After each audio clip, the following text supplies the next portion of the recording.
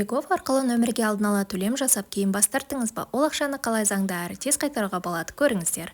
егов kz порталына кіреміз. Қызметті пайдалану үшін бизнеске бөліміне өтіңіз. Салықтарды төлеу және қайтару бөлімін және дұрыс төленбеген салықтар мен төлемдерді қайтару қызметін таңдаңыз. Онлайн сұрау батырмасын басыңыз.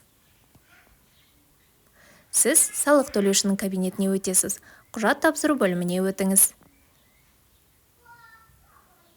Іздеу жолына салықтар, бюджетке төленетін төлемдер, кедендік төлемдер, өсімпұлдар, пайыздар және айыппұлдар бойынша есепке жатқызу және қайтару жүргізу туралы салықтық өтінішті деп енгізіңіз. Өтінішті таңдаңыз, тапсыру батырмасын басыңыз. Қаражатты қайтаруға өтініш беру үшін төлем чегін алдын ала дайындаңыз. Өтінішті толтырыңыз, өтініш беру себебін көрсетіңіз.